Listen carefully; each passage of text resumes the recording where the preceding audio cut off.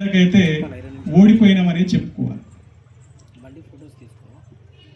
1995లో మొట్టమొదటిసారిగా మేము సామాజిక న్యాయం ప్రిన్సిపల్గా మేమెంతమందిమో మాకంత వాటా, ప్రధానంగా ఎస్సీ రిజర్వేషన్ వర్గీకరణ కోసం మాదిగ దండోరా, గొల్ల కుర్మడోలు దెబ్బ, చాగిరేవు దెబ్బ, పూసల కేక, తుడుం దెబ్బ, ఇట్లా అనేక కుల ఉద్యమాలు స్థాపించి మనం పోరాటం చేస్తూ రావడం జరిగింది. మిగతా బీసీ సంఘాలన్నింటినీ కలుపుకొని ఆ తర్వాత 97లో తెలంగాణ ఉద్యమం రావడం, తర్వాత తెలంగాణ కోసం ఇక్కడున్న మనోళ్ళందరూ ఉద్యమించడం, తర్వాత కాసేపు బీసీ ఎజెండా అనేది పక్కకు పోయింది. 2014 వరకు కూడా తెలంగాణ ఉద్యమం తెలంగాణ వ్యాప్తంగా దాంట్లో బీసీలే అమరులు అయ్యింది, బీసీలే త్యాగాలు చేసి. నేను తెలంగాణ ఉద్యమం కోసం జైలుపోయినా, ప్రొఫెసర్ జయశంకర్ సార్, శ్రీకాంతాచారి, మారోజు వీరన్న, బెల్లి లలిత, ఇట్లా ఎందరో అమరులైన పరిస్థితి ఉన్నది. బీసీలు ఎంతోమంది త్యాగాలు చేసి తెలంగాణ తీసుకొస్తే సరే పాలకులు అయ్యింది ఏదో రకంగా మళ్ళీ అగ్రకులాల నుంచి అంటే 5.5% ఉన్న వాళ్ళు మాత్రమే పాలనకు రావడం జరిగింది. సరే తెలంగాణ వచ్చింది కదా ఏదో కానీ వాళ్ళు పార్టీ పెట్టుకొని ఉన్నారు అనుకొని ఏదన్నా బాగు చేస్తారేమో అంటే త్యాగాలు మనవైనాయి, భోగాలు వాళ్ళే అయిపోయినాయి, అగ్రకులాలు అయిపోయినాయి. తర్వాత 2019లో బీసీ రిజర్వేషన్లు అంతకుముందు ఉన్న వాటిని కాస్త తీసివేయడానికి కేంద్ర ప్రభుత్వం అంటే ఎన్డీఏ ప్రభుత్వం ఈడబ్ల్యూఎస్ రిజర్వేషన్లు తీసుకురావడం జరిగింది. ఆ ఈడబ్ల్యూఎస్ తీసుకురావడం అనేది బీసీలకు అంతకుముందున్న మండల్ కమిషన్ను నష్టం చేయడానికే, దాన్ని తీసివేయడానికే ఈడబ్ల్యూఎస్ రిజర్వేషన్ వచ్చింది. ఈడబ్ల్యూఎస్ రిజర్వేషన్ వచ్చినాక మనకు అర్థమవుతుంది బీసీ బిడ్డల పిల్లలకు ఉద్యోగాలు రావడం లేదు, అగ్రకులాల పిల్లలకు మాత్రం తక్కువ మార్కులు వచ్చిన ఉద్యోగాలు వస్తున్న పరిస్థితి ఉన్నది. ఇంకా మళ్ళీ బీసీ ఉద్యమం చేయాల్సిన కర్తవ్యం మన ముందుకు వచ్చింది. కేంద్రమేమో ఈడబ్ల్యూఎస్ రిజర్వేషన్ తీసుకొస్తే ఇంకా అప్పుడున్న రాష్ట్ర ప్రభుత్వం ఆగమేఘాల మీద రాష్ట్రానికి ఇది తీసుకొని వచ్చిన పరిస్థితి. నిజానికి దేశవ్యాప్తంగా కేంద్ర ప్రభుత్వం ఏమన్నదనంటే 1 నుంచి 10% రిజర్వేషన్లు ఇవ్వచ్చు, వాళ్ళ రాష్ట్రాల్లో అగ్రకులాల సంఖ్యను బట్టి పేదవాళ్ళకి ఇవ్వచ్చు అని అంటే మన రాష్ట్రంలో ఉన్న అప్పటి 2019 పాలకులు 1 నుంచి 10% అన్న కాడ 7% ఉన్న అగ్రకులాలకు 10% రిజర్వేషన్లు ఇచ్చిన పరిస్థితి.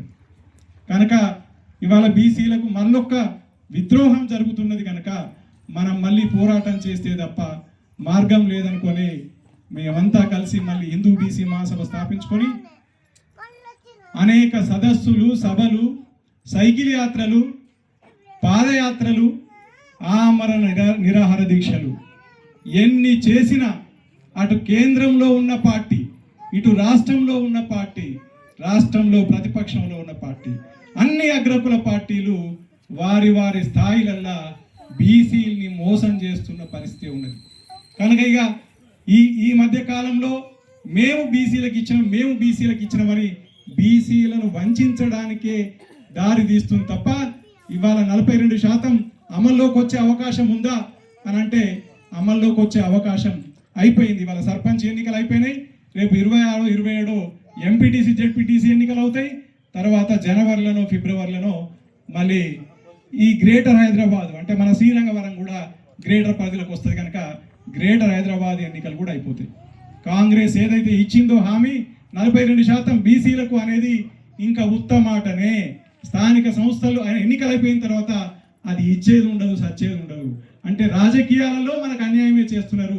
తర్వాత విద్యారంగం, ఉద్యోగ రంగంలో కూడా మన బిడ్డలకు ఇచ్చే అవకాశం లేదు. కనుక ఇక మనం నిరాహార దీక్షలు, మననైతే మన అమరవీరుడు ప్రాణం బోడగొట్టుకున్నా కానీ ఈ ప్రభుత్వాలలో స్పందన లేదు. కనీసం ఆ కుటుంబానికైనా ఓ ₹1 కోటి నష్టపరిహారం ఇవ్వండి అని చెప్పేసి ఆ రథానికి అడ్డం పండుకున్నా కానీ ఇవాళ ఆ ప్రభుత్వం ఎలాంటి స్పందన లేదు. సరే 2వ రోజు 3వ రోజు వచ్చేదో పై హామీలు ఇచ్చేసి వెళ్ళిపోయిన పరిస్థితి ఉన్నది.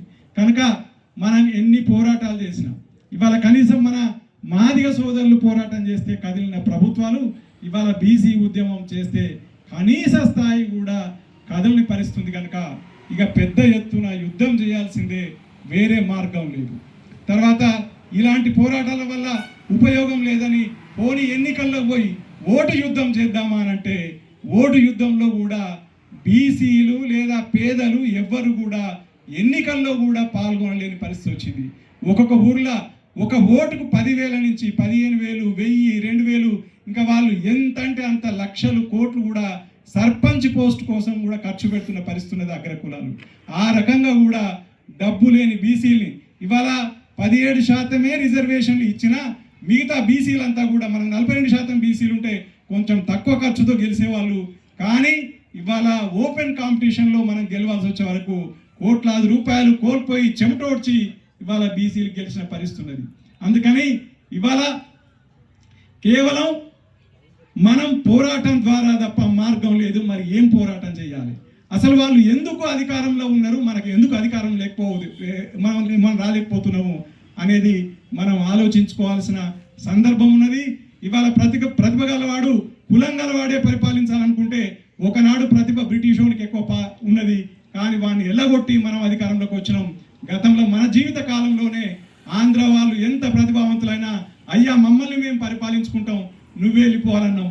ఇవాళ రెడ్డిలు వెలమల పాలన కూడా మీరు పాలించాల్సిన అవసరం లేదు, ఇక మమ్మల్ని మేము పరిపాలించుకుంటామని తేల్చి చెప్పాల్సిన సందర్భం వచ్చింది. కనుక ఇవాళ వాళ్ళ ఎత్తుగడలన్నిటికి కూడా మనం చిత్తు చేయడానికి ఒక సరైన ఫార్ములాను మనకు లేకుండా ఉండాలని చెప్పేసి మనం ఆలోచించి ఇవాళ ఈ తిరుగుబాటు సభ అనేది మనం కార్యక్రమం పెట్టుకున్నాం. మన దేశంలో కొన్ని ఉదాహరణలు ఉన్నాయి. తమిళనాడులో వన్నియార్ కులం అనే ఒక కులం ఉన్నది. ఆ కులానికి సంబంధించిన వాళ్ళే ఒక పార్టీ పెట్టుకొని వాళ్ళు అక్కడ రాష్ట్రంలోను కేంద్రంలోను పదవులు చేస్తున్న పరిస్థితి ఉన్నది. అదే బీహార్లో ఒక ఎలుకలు పట్టే కులం, ఒక ముసాహార్ అనే ఒక డక్కలి కులంతో సమానమైన వాళ్ళు రాష్ట్రంలో 3% ఉన్నారు.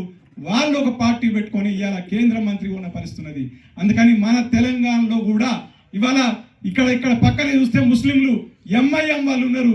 ఎంఐఎం వాళ్ళు నువ్వు ₹1,00,00,000 ఇచ్చినా సోనియా గాంధీ వచ్చి నిలబడ్డా, అదేమి మోడీ వచ్చి నిలబడ్డా, భగవంతుడు నిలబడ్డా వాళ్లకు వాళ్ళే ఓట్లు వేసుకుంటారు తప్ప ఇంకెవ్వరికి ఓటు వేసుకోరు.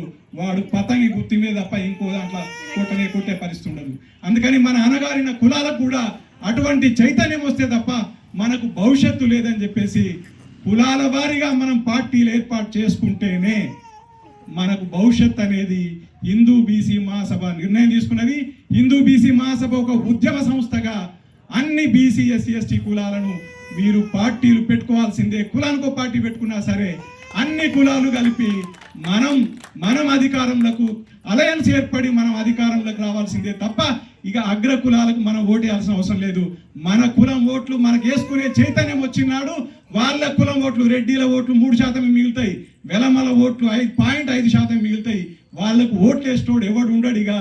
కనుక మనం కులాల వారిగా పార్టీలు ఏర్పాటు చేసుకోవాలని హిందూ బీసీ మహాసభ నిర్ణయం తీసుకొని గత నిరాహార దీక్ష అంటే 15 రోజులుగా మేము చర్చిస్తున్న క్రమంలో మా తమ్ముడు ముక్కా ప్రభాకర్ మేకలగట్టులో సర్పంచ్గా పోటీ చేసిండు. సరే ఇప్పుడు ఓడిపోయిండు, కానీ నేను పార్టీ ఏర్పాటు చేసుకుంటా అన్న, మాదిగ రాజ్యాధికార పార్టీ ఏర్పాటు చేసుకుంటా అని చెప్పేసి ముందుకు రావడం జరిగింది. అట్లనే నా తమ్ముడు నాతో ఉన్న కుమార్ ఇంకా మా కాశన్న గతంలో పోటీ చేసిండు. ఎంతో మంది ఇక్కడ మాదిగ సోదరులు కూడా మేము పార్టీ ఏర్పాటు చేసుకుంటాం, మేము పార్టీ ఏర్పాటు చేసుకున్నాక మీరు బీసీలు ఏర్పాటు చేసుకోండి, అందరం కలిసి పని చేద్దామని చెప్పేసి ఇక్కడికి రావడం జరిగింది. మా ముక్కా ప్రభాకర్ తమ్ముడు తర్వాత కుమారు మీరందరూ కూడా మీ పార్టీని కూడా పరిచయం చేసుకొని మనం ఈ సమావేశాన్ని భోజనం చేసిన తర్వాత మిగతా విషయం కూడా మీరు అవి తీసుకురా ఒకసారి.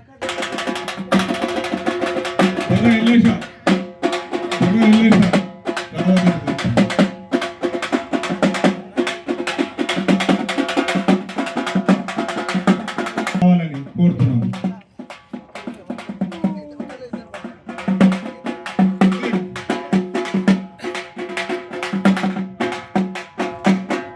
వర్ధిల్లాలి మాదిగ రాజకీయ పార్టీ, వర్ధిల్లాలి వర్ధిల్లాలి మాదిగ రాజకీయ పార్టీ, వర్ధిల్లాలి వర్ధిల్లాలి వర్ధిల్లాలి మాదిగ రాజాధికార పార్టీ వర్ధిల్లాలి వర్ధిల్లాలి